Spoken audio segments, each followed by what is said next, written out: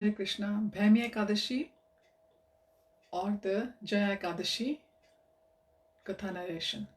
It is said that if one observes Upvas on this day, then one receives entrance to Vishnu's abode, even though one has not performed the other vratas of the year. Note the half-day fast for the appearance of Lord Vara is also observed on this ekadashi, and then the festival is observed on the Dwadashi, which is when he appeared. This is the Vara avatar of Lord Vishnu. Yudhishthir Maharaj said, O Lord of the Lord Sri Krishna, all glories unto you, O Master of the universe. You alone are the source of the four types of living entities, those born from eggs, those born from perspiration, those born from seeds, and those born from embryos. You alone are the root cause of all. O Lord, and therefore you are the creator, maintainer, and destroyer. My Lord, you have so kindly explained to me the auspicious day known as the Sattila Ekadashi, which occurs during the dark fortnight Krishna Paksh of the month of March, January, February. Now please explain to me the Ekadashi that occurs in the light fortnight, that is the Shukla or the Gaura Paksh of this month. By what name is it known, and what is the process for observing it? Who is the presiding deity that is to be worshipped on this sublime day, which is so very dear to you? Lord Krishna replied, O Yudhishthir, I shall gladly tell you about the Ekadashi that occurs during the light half of this month of Magh. The Ekadashi obliterates all kinds of sinful reactions and demoniac influences that may be affecting the spirit soul. It is known as Jaya Ekadashi, and the fortunate soul who observes a fast on this sacred day is relieved of the great burden of ghostly existence. Thus, there is no better Ekadashi than this, for it truly bestows freedom from birth and death. It is to be honored very carefully and diligently, so you to listen to me very attentively. O Pandav, as I explained a wonderful historic episode regarding this Ekadashi, an episode that I have already related in the Padma Puran. Long, long ago in the heavenly planets, Lord Indra ruled his celestial kingdom very nicely, and all the devas living there were very happy and content. In Nandan forest, which was beautifully graced by parijat flowers, Indra drank ambrosia whenever he liked and enjoyed the service of 50 million celestial maidens, the apsaras who danced in ecstasy for his pleasure. Many singers led by Pushpadanta sang in sweet voices beyond compare. Chitrasen, Indra's chief musician, was there in the company of his wife Malini and his handsome son Malyavan.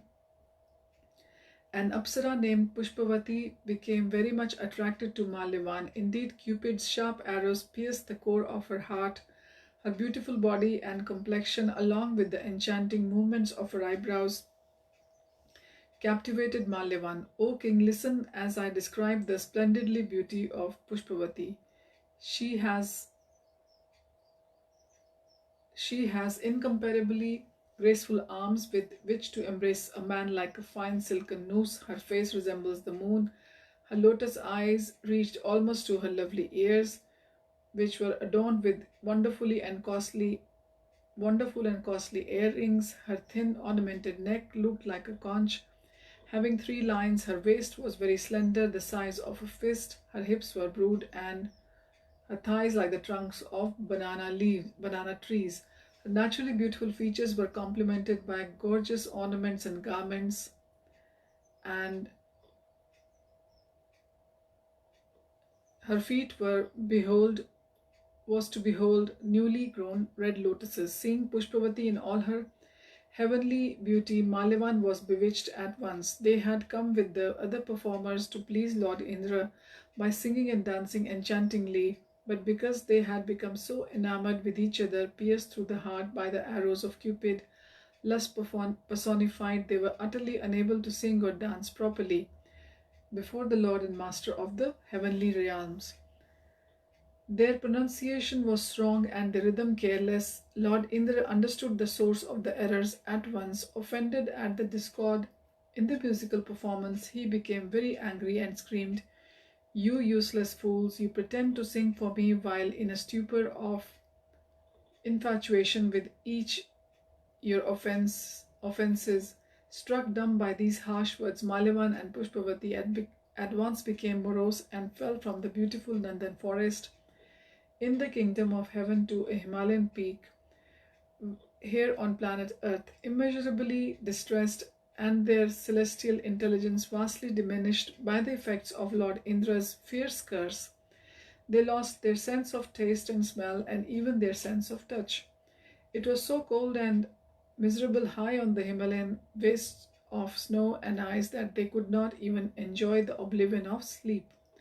Roaming aimlessly hither and thither in those harsh altitudes, Malyavan and Pushpavati suffered more and more from one moment to the next. Even though they were situated in a cave, because of the snowfall and cold in their teeth, chattered ceaselessly, and their hair stood on end because of their fright and bewilderment. In this utterly desperate situation, Malyavan said to Pushpavati, "What abominable sins did we commit to have to suffer in these Pishach bodies? Is this in this impossible environment? This is absolutely hellish. Though hell is very ferocious, the suffering we are undergoing here is even more abominable. Therefore, it is abundantly clear that one should never commit sins." And so the forlorn lovers trudged onward in the snow and sky. By the great good fortune, however, it so happened that the very day was the all auspicious Jaya or the Bhaimi ekadashi, an ekadashi of the light fortnight of the month of Magh. Because of their misery, they neglected to drink water, kill any game, or even eat whatever fruits and leaves were available at the altitude.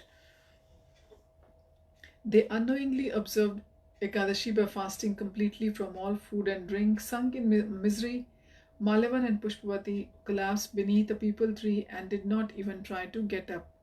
The sun had set by that time. The night was even colder and more miserable than the day. They shivered in the frigid snowfall as their teeth chattered in unison, and when they became numb, they embraced just to keep warm. Locked in each other's arms, they could not enjoy neither sleep.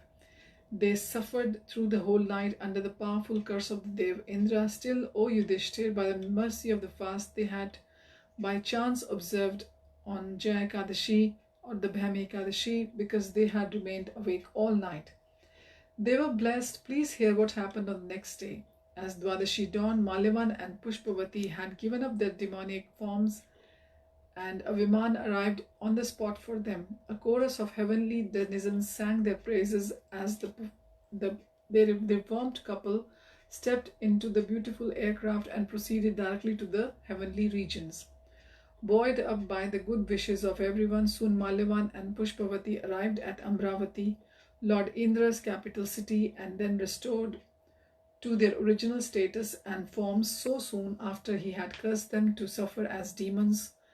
Far, far below his celestial kingdom, Indra Dev asked of them, "What extraordinary meritorious deeds have you performed so that you could give up your Pishach body so quickly after I cursed you? Who released you from my irresistible curse?" Malyavan replied, "O Lord, it was by the extreme mercy of the Supreme Personality of Godhead, Lord Krishna Vasudev, and also by the powerful influence of the Jaya or the Bhaimi Ekadashi that we were released from our suffering condition as Pishachas. This is the truth, O Master, because we executed devotional service to Lord Vishnu, even performed unknowingly by Agyat Sukriti, by observing the day most dear to him, we have happily been restored to our former status." Indradev then said, "Because you served the Supreme Lord Sri Keshav by observing Ekadashi, you have become worshipable even by me, and I can see that you are now completely purified of sin. Whosoever engages in devotional service to Lord Sri Hari or Lord Shiva becomes praiseworthy and worshipable even by me. Of this there is no doubt." Lord Indradev then gave Malyavan and Pushpavati free rein to enjoy each other and wander about his heavenly planet as they wished. Therefore, O Maharaj Yudhishthir, one should strictly observe a fast on the sacred day of Lord Hari, especially on this Jaya Ekadashi, which frees oneself from the sin of killing even a twice-born Brahman. A great soul who observes this fast with full faith and devotion has in effect given all kinds of charity, performed all kinds of sacrifice, and bathed in all the holy places of pilgrimage. Fasting on this day qualifies one to reside in Vaikuntha and enjoy unending happiness for billions of yugas, indeed forever, as the soul is eternal. O great King, Shri Krishna continued, one who even hears or reads these wonderful glories of Jaya Ekadashi achieves the blessed merit attained by performing an Agni Stoma fire sacrifice, during which the hymns from the Samaveda are recited. Note on Cupid, Kamdev, lust personified, has 5 names according to the Amar Kosh dictionary. Where is it? I've lost it. Dictionary. Kandarp, Darpo, Anang, Kamha, Pancha, Sharay, Samaraha. Cupid has 5 names. Cupid, Darpak, he who prevents. Chapter of the future events. Third is Ananga, he who has no physical body. Kama, that is lust personified. And lastly, Panch Sharera, he who holds 5 arrows. Panch Sharai.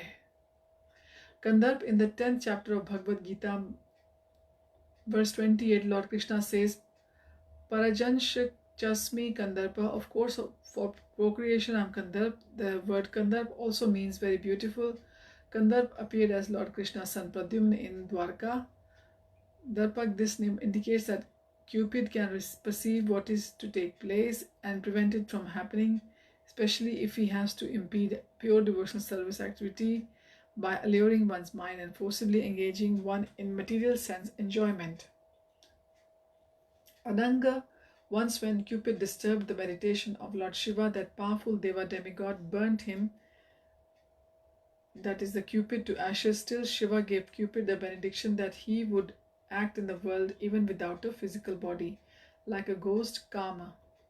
In Bhagavad Gita, chapter 7, 11 verse, Shri Krishna says, Dharma viruddho bhuteshu kamosmi. I am sex life which is not contrary to religious principle. Panchare.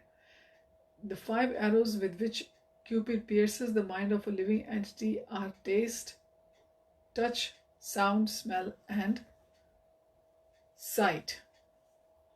These are the 5 names of the empowered Deva Cupid who enchants all living entities and makes them to do whatever he wants. Without receiving the mercy of Guru and Krishna, one cannot resist his power. Thus ends the narration of the glories of Magha Shukla. Hare Krishna.